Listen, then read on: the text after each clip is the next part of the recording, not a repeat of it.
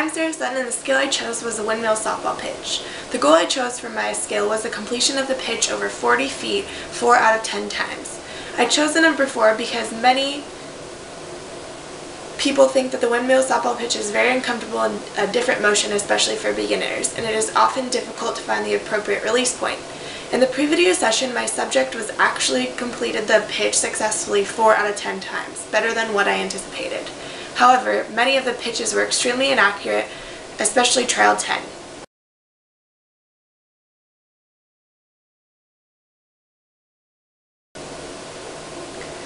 This trial was particularly bad, for in each phase of movement, preparation, force, and follow-through, mistakes were made. The position of the feet were not even touching the mound, there was no backswing, the arm was not fully extended, the post-pitching position was unbalanced and not stable, there was little to no follow-through after the release, the grip was not accurate, which created little spin on the ball, and there was no step, which took away a significant amount of power.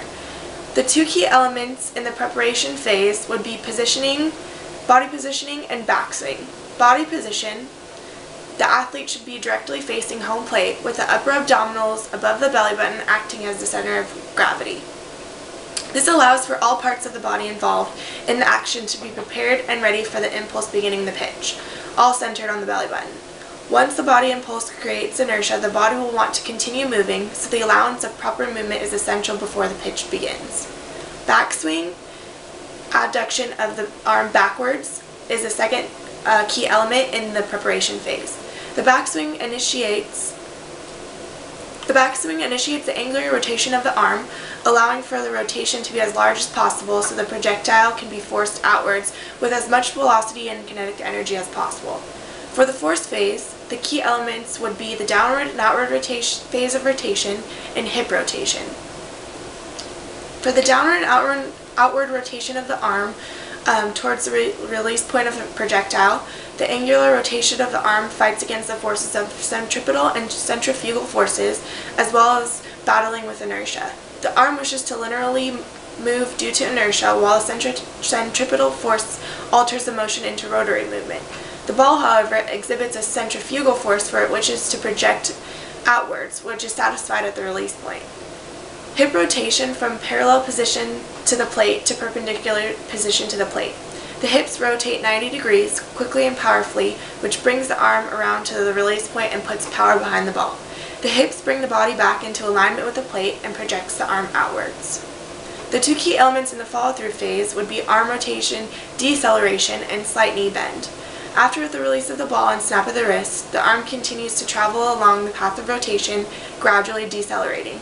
The arm cannot stop abruptly, for one can acquire serious injury to the rotator cuff muscles or any other muscle groups involved, so it must continue upwards while the body and gravity slow it. Also, due to the rotary inertia of the arm, it will continue rotating and the arm will slowly decelerate it again to avoid injury. Slight knee bend is to prepare for the possible hit from the batter. Again, to ensure that the pitcher can quickly perform an impulse movement in any direction to gain inertia, to field a play successfully and in a timely manner.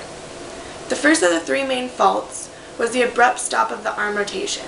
Stopping the arm quickly can lead to injury again, for the arm muscles are forcefully fighting gravitational, centripetal, and centrifugal forces opposed to the angular rotation, and not allowing the arm to gradually decelerate post-release will cause damage to those muscles. The rotator cuff muscles are very crucial in the windmill pitch, and continuation of improper angular arm rotation, deceleration, can cause extreme damage to the sits. Number 2. The lack of backswing shown by the beginner proves an important fault as well, for it drastically slows the angular velocity of the arm and projectile.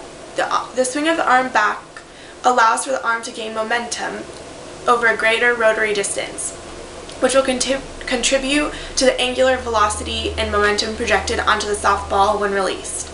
The softball will travel slower and will most likely not cross over the plate due to poor projectile path created. Number 3. Another angular velocity momentum hindrance is the lack of a completely extended arm during rotation. The arm must be as long as the body will allow to increase the angular momentum. And page 85 in the book states, shifting as much mass as far from the axis of rotation or the radius of gyration as possible will increase angular momentum. This video shows specific drills performed to work on these 3 above main faults.